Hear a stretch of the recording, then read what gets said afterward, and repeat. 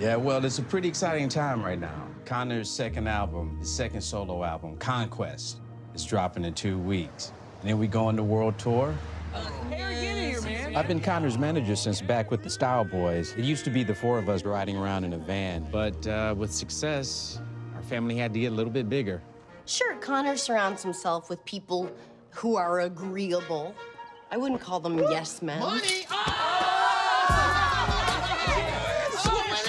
It went in! You a murderer, son! Well, Connor currently has 32 people on his personal payroll. He has a personal assistant, a party coordinator, an ab trainer, basketball coach, an eyebrow specialist, sneaker jockey, 2 umbrella wranglers, a weed roller, a weed holder, a turtle sitter for Maximus, scarf caddy, a guy who punches him in the nuts so that he remembers where he came from, a perspective manipulator.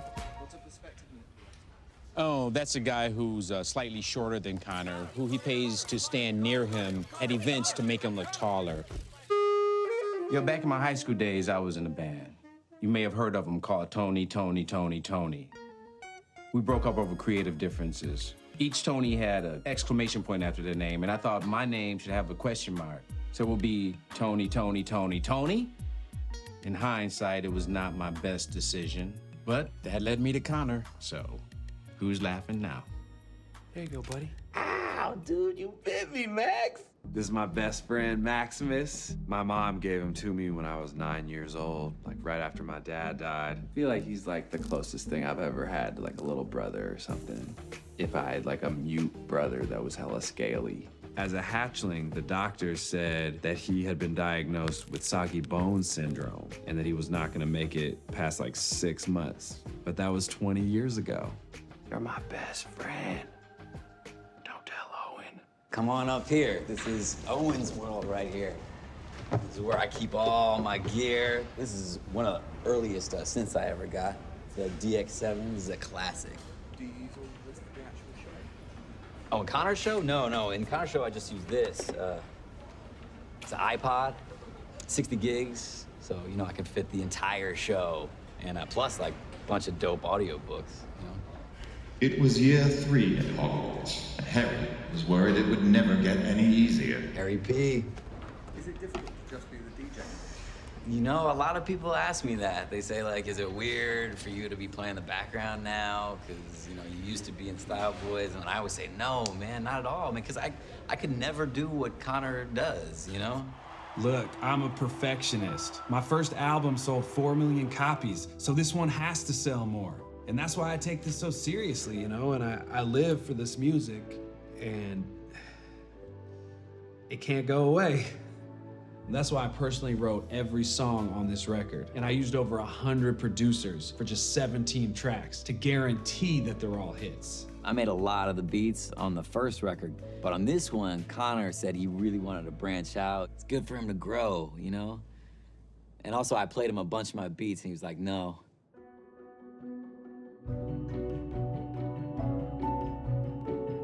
What's up, y'all? Got a hot new single coming. It addresses some social issues that I think are being ignored. So keep your eyes peeled for that. We're gonna be surprise releasing it next Thursday at noon. And that's it.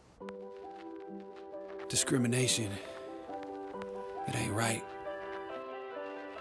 I'm not gay, but if I was, I would want equal rights. I'm not gay, but if I were, I would marry who I like. It's not fair, I'm not gay, that the government has a say in who can love, who not gay, or to which God you can pray. I'm not gay. It gets me so angry on behalf of them. I feel passionate, not gay. So I pray for them and I say for them, we need to make a change, not gay. I see it clear as day, this area is not great titties. We need equality and for all to see that this is the new way, not to gay. It just seems not gay, wrong, not gay, that no one seems to care. Sports, we can't continue to pretend this not gay madness has to end, not gay. I was born this way. Straight. You were born your way. Gay. Gay or straight or gay, it's all okay. Sure. It's time to make a change. Yes. Time to stop the hate. 'Cause who you are is beautiful. Not gay. Not lying in bed next next to 10 beautiful girls all straight. And while I made love to every one of them, I was thinking about the world, hot wings. True love trumps all predator. Flying kicks, not gay. Big watch, not gay. Missionary, one love. Gym socks, nunchucking, not gay. Light of fluid HD, Ninja World, peace, 4-wheel drive, gay, marriage, love, beef. Free love, golf club, 2 guys, not gay. Rainbow muff dive, Harvey Milk, Sean Penn, not gay. Drum solo, courtside seat, safe sex. One arm push-ups, Leonard Skinnerd. I'm not gay, I'm not gay. I'm not gay. I'm not gay. I was born this way. I'm straight. You were born your way. You gay. Gay, straight. And now it's time for sexual freedom for all. Sexual freedom for all. Sexual freedom for all. Sexual freedom for all. Not gay. He's writing this song for gay marriage. You know, like it's not allowed. It's allowed now. Usually I don't like to read reviews, but I'm just excited. Like I can't wait. I want to know how people feel about it, and I want to know how much they love it. So here we go. What do you see?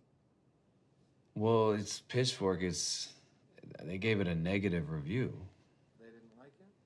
No, like it's a -4 out of 10. Positive 10, I assume.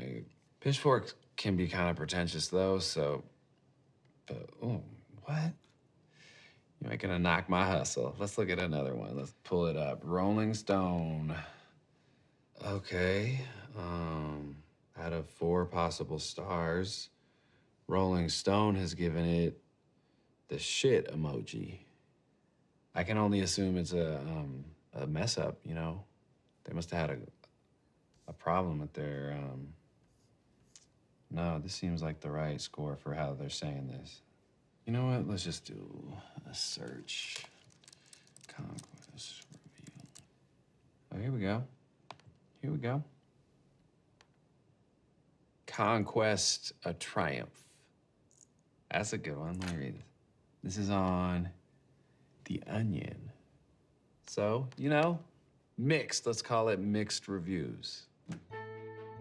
So first you're in a group. You introduce us to the Style Boys and Donkey Roll. Of course, we play the hell out of that. That's a hit for us, man. And then kind of you get that breakout moment. You get a phone call from Claudia Cantrell. The one and only. And she asks you for a verse, man, on her song, Turn Up the Beat. Turn up the beat.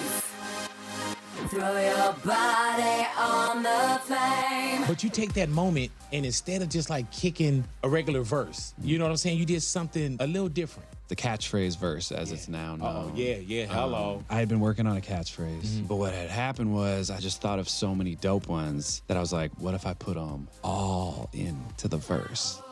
Turn up the beat. It's kinda bitch. Say word. Deal bird. Doink to doink. Sorry, Dad. Inky nuts. Squirrel jam. Yeah, he said so many words I didn't know. That was a game-changing moment. Usually like one catchphrase and a hit. He dropped like 30 on us in one night. Shit was crazy. DJ Tanner. Swanky pumps. Moped music. Costco samples like a motherfucker. Ooh. Crank up the mids. Patrick Stewart money. You know who it is. Connor for real. Immediately I said, man, this guy right here, he's gonna make it big. Because when you have a catchphrase, the world is catched by your phrase.